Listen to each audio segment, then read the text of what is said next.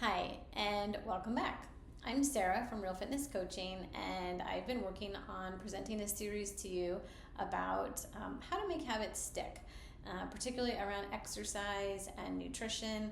But we're talking about habits of all kinds, and I love hearing your feedback, so definitely leave comments or ask me in your next session if you have any questions. Would love to hear that. So let's get into today's topic, which is about celebration.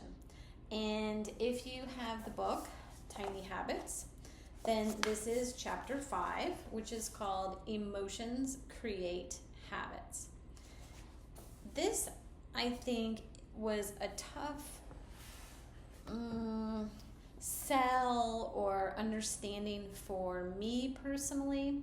I think that when I think about celebrating myself or something I've done, it can feel a little funny, awkward, hokey, silly maybe, and I think that that's really common. One of the things that BJ talked about in this chapter was he mentioned how humans have numerous ways of telling themselves that they've done a bad job. And he points out that we have very few ways of telling ourselves we did a good job. And in fact, I would just say society in general, right, can kind of criticize that in someone. And we're not really talking about the person who's obnoxious about, celebrating themselves. We're not talking about that at all. We're actually talking about what BJ calls shine. So, you do really well on a presentation. If you're in a place where you're taking exams, you ace an exam. But let's just go with the presentation. You've just given it. You had good engagement with the audience. You prepared, and you just feel really good about how it went. There's an emotion of how that feels in your body, right? It feels good. And he calls that shine. And I like that word for you to have something else to think about in addition to thinking about how you celebrate, right? He's talking about the same thing, how you do a celebration. Like, say you had a goal of doing a habit of, I'm going to use one of his. I think he talks about doing 2 push-ups after he uses the bathroom each time in the day. And so you could, give yourself a thumbs up after you do it, or you could, put your hands up in the air. Physical movements are great, but you could also just have the feeling of shine. After completing your habit, you could just have that inner feeling, kind of an inside smile. Maybe you are smiling, but that's a way to celebrate. And I want to get you thinking about ways that you celebrate, ways that you praise yourself for doing something that you aimed to do. One of the things that BJ goes into detail about in this chapter 5 is that this idea of celebrating actually has a very strong basis in your brain and neurochemistry and what is happening when you do a celebration, when you feel that shine. There is a way that your body is neurochemically responding to that, and that feels good, and that creates dopamine in our body. I think that kind of is so cool. We can create that chemical response in our body. And so that's really one of the coolest and I think most important things about celebrating and shine, because that gives you that positive feeling, right? But when you have a positive feeling like that, you want to do that thing again, right? And that's really key if you want your habits to be successful. He says that it's the people who celebrate and find that feeling of shine, those are the ones that are more successful at doing their habits. So I think that's important. We understand that this is not just a hokey, like, yay, let's celebrate myself, cool.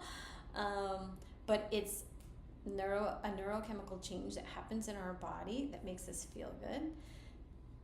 So let's talk about pleasure and things that feel good.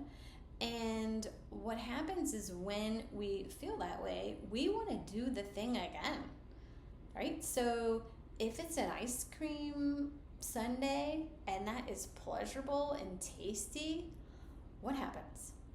We want to eat that ice cream again and again and again and again, right? It's pleasurable, and that tells our brain, like, oh yeah, do that again. That was nice. And when we think about creating habits, like, it doesn't sound as exciting as an ice cream sundae, but I want to tell you that when we get these habits dialed in and you find ways to celebrate, I just want to share with you that it is really effective because it feels good. It's created those feel-good hormones, and you want to do the thing again. Super important. So just kind of let that sink in, that if you were skeptical about celebrating yourself or thinking that that was silly, I want you to reconsider and start to try on, like, well, what would that look like for me? How am I going to celebrate? Like, I'm not sure what you mean, Sarah. Let's get into talking about some examples, just in case you are feeling like, I don't know how to do this, Sarah, I'm not sure. One of the things I want to point you to is that in his book, he has at the back an appendix with resources, and there are, I believe, 100 ways to celebrate and feel shine. So that's at the back of his book if you're feeling like you really need some ideas. I'm also going to put a link in the description box of the video with from one of BJ's web pages to give you just a little more if you want to read a little bit more about celebrating. It doesn't have that full sheet that he just showed you in the book, but it will give you a little more to sink your teeth into. I'm going to share examples from my life and also some examples that have come up with clients and give you some ideas. So I've already given a couple, which are when you've done something. Like for me, I have some work tasks that are hard for me to get started on, but when I do finally get started on them and then I realize that I'm doing it, I smile and I think, oh, good job, Sarah. You started doing this thing that you didn't really want to do. So it can be as simple as that, an actual smile on your face or an inner smile, that kind of inner feeling of being proud that Sarah brought herself to her desk and is working on the task. Okay, another one I wanted to share is when it's summer and I'm doing swimming in the pool a couple days a week. One of the things that I created was a way to give myself a thumbs up at the end of each lap. For me, getting into my suit, getting my goggles, my swim cap, rinsing off in the shower. I mean, it's a whole thing. It takes a lot of mental effort and gymnastics for me. So I knew I needed to bring in some ways to celebrate. And I don't even have it all dialed in yet, but I'm going to share with you the one that I do. The one that I do is that when I get in the pool and I swim the lap down to the end and I come back, and that's when I count. I am counting when I get back, so I count laps, not lengths. When I reach my hands for the pool, I give myself a little kind of like Hawaii like thumbs up and then I grab, oh my gosh, the video is making this celebration. That was hilarious. But how cool is that? We had fireworks for the description of my celebration. Oh my gosh, I'm just like dying. Let me take a minute here. Okay. So the thumbs up I use after each lap in the pool. That one works really well for me. The other thing that I do, and I've been pretty successful with this one, and it doesn't feel hokey or silly to me, it's actually feeling more authentic, is that when I've come back like from my bike ride or if I've done a particularly hard workout, I find it's like after the event that I will say to myself in my head or out loud sometimes, good job, Sarah. Good job doing that hard workout. Like, you didn't want to start it and you did it and you ended up like bringing your A game today. And I want to just circle back to what I said in the beginning, and that is that this awareness that, right, how many times do we tell ourselves in a day that we've done a terrible job, or we should have done something different or better, or, right, we can cut ourselves down, and depending on how we grew up and the messages that we were given in society, like, right, that's a whole big thing. But I would venture to guess that you might be like that too. You might have many opportunities in the day where you're telling yourself you did a bad job. And I think we need to start to even the scales out a little bit. And so if you can find authentic ways to express to yourself, like, hey, good job. Like, this was hard to do.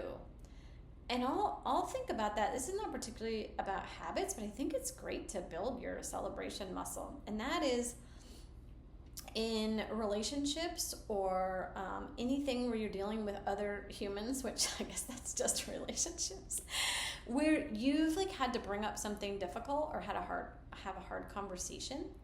I think that's another moment for me where I've been practicing, like, hey, good job.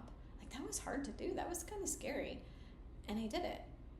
So I hope those are some examples to kind of get you started and get you thinking about ways that you can celebrate and start to feel a shine around your habits. And what I'd like you to do is kind of pull back a little bit from habits, like, and particularly pull back from like the exercise and nutrition habits that maybe you're thinking of, and just kind of be in your regular life and see if there are ways where you can celebrate yourself throughout the day.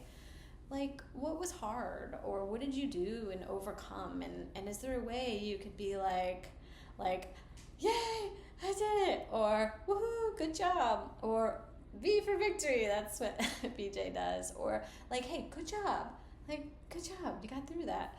I think building that muscle, so that then when you are like really working on habits and you want to get some habits in place, and they're maybe a little bit more tricky, the celebration tool can be very impactful. So we'll definitely talk about this again. And I'd love your questions, your feedback, anything that you're curious about, let me know. And again, thanks for watching this video on how emotions create habits. And this is again from chapter 5 in BJ's book, Tiny Habits. This is my personal review. I'm bringing to the video here, some examples of experiences that I've had, and I hope you enjoyed it. Thanks for watching, and I look forward to seeing you next time.